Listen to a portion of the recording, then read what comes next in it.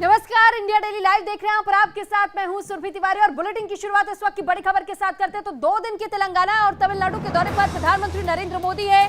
तेलंगाना में विकास परियोजनाओं की सौगात देंगे और तेलंगाना के बाद से तमिलनाडु जाएंगे पीएम मोदी।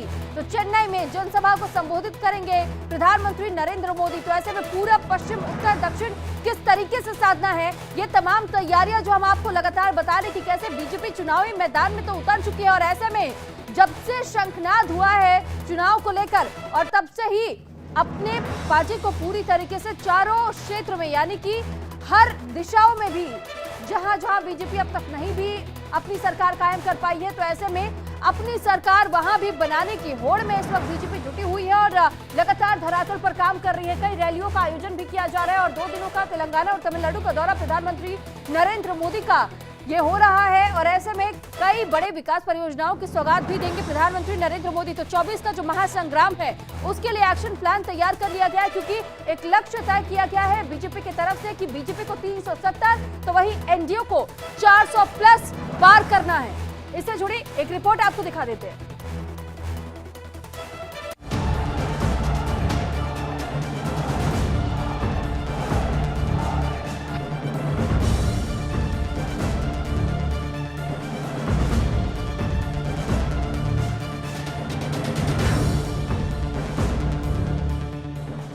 पूरब, पश्चिम, उत्तर, दक्षिण, हर तरफ जय जय मोदी।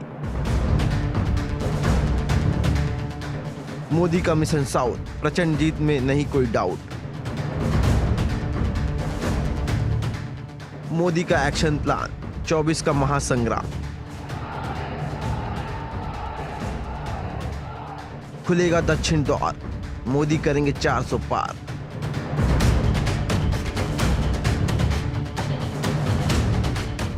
मोदी ने बोल दिया है, आपका यही जोश, यही उत्साह जिसके कारण देश में एक ही गूंज है। मैं अभी आ रहा था तो वो गूंज यहां पर भी सुनाई देती है और वो गूंज है अब की बार 400 पार। जनता भी बोल रही है।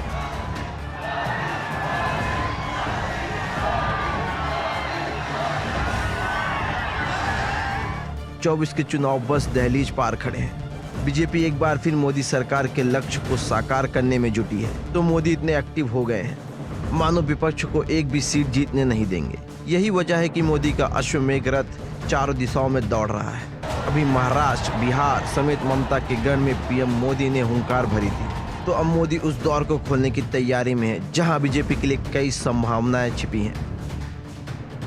पीएम मोदी 4 से 7 मार्च तक 5 राज्यों का मैराथन दौरा करने वाले हैं, जिनमें तेलंगाना, तमिलनाडु, ओडिशा, पश्चिम बंगाल और जम्मू कश्मीर शामिल है।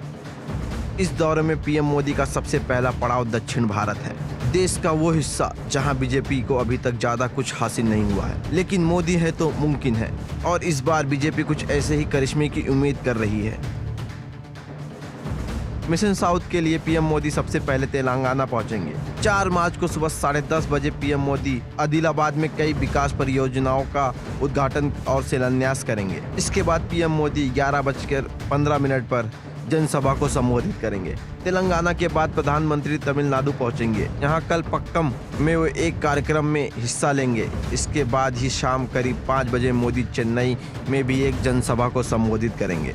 तो मंगलवार यानी 5 मार्च को सुबह करीब 11:15 बजे तेलंगाना के संगारेड्डी में प्रधानमंत्री विकास परियोजनाओं का उद्घाटन और शिलान्यास करेंगे। साथ ही सुबह 11:30 बजे पीएम मोदी एक जनसभा को संबोधित करेंगे। बीजेपी तमिलनाडु में भले ही कभी सत्ता में न रही हो, लेकिन तमिलनाडु हमेशा बीजेपी के दिल में रहा है। ये बात आज हर तमिल भाई बहन जानता है, हर तमिल भाई बहन समझ रहा है। इसलिए जिन्होंने दशकों तक तमिलनाडु को लूटा, वो लोग बीजेपी की बढ़ती ताकत से घबराए हुए हैं।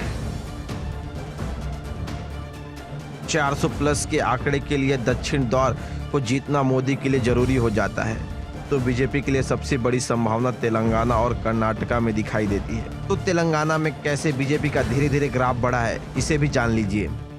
तेलंगाना में 2018 में हुए विधानसभा चुनाव में बीजेपी को सिर्फ एक सीट मिली थी। पार्टी का वोट शेयर करीब 7% था। तो 2023 विधानसभा चुनाव में बीजेपी का वोट शेयर न सिर्फ दोगुना होकर करीब 14% हुआ है, बल्कि केसरिया दल ने तेलंगाना में 8 सीटें भी जीती हैं। तो बात अगर पिछले लोकसभा चुनाव में कर ले, तो साल 2019 में हुए लोकसभा चुनाव में बीजेपी का प्रदेश में करीब 20% वोट शेयर था, तो उसे 4 सीटें मिली थी। बीजेपी तेलंगाना में अब दोहरे आंकड़े को छूने की कोशिश में है, और अगर ऐसा हुआ तो मोदी के मिशन 400 पार को साकार होने से कोई नहीं रोक पाएगा। मैंने इस देश का महान परंपरा का सम्मान करते हुए तमिलनाडु की महान परंपरा, उसका सम्मान करते हुए पवित्र सेंगोल को देश की संसद में सबसे ऊंचे मंच पर स्थापित किया। इसे लेकर भी आज देश के वासियों के दिल में तमिलनाडु को जानने की एक नई जिज्ञासा पैदा हुई है। हिंदी पट्टी से साउथ के किले को फतह करने के लिए मोदी ने काफी पहले ही रणनीति तैयार कर रखी थी। फिर चाहे साल 2019 में हाउडी मोदी कार्यक्रम में तमिल को सबसे पुरानी भाषा बताना हो, UNGA के अपने भाषण में तमिल कवि की कविता पढ़ना हो, अक्टूबर 2018 में शी जिनपिंग के साथ अल्लापुरम में बैठक हो, नवंबर 2022 में वाराणसी में काशी तमिल संगम हो, या मई 2023 में नई संसद में सेंगोल की स्थापना हो। पीएम मोदी ने हर उस मौके का इस्तेमाल किया जिसमें उन्होंने हिंदी पट्टी से साउथ की जनता को साधने का मौका मिला। एक बार फिर पीएम मोदी एक्शन में है और टारगेट उनका दक्षिण भारत है। बीजेपी के लिए दक्षिण भले ही एक चुनौती हो, लेकिन मोदी के लिए उम्मीदों का वो प्रवेश द्वार है जो उनकी प्रचंड जीत का आधार बनेगा। Bureau report, India daily live. तो ना सिर्फ साउथ पीएम मोदी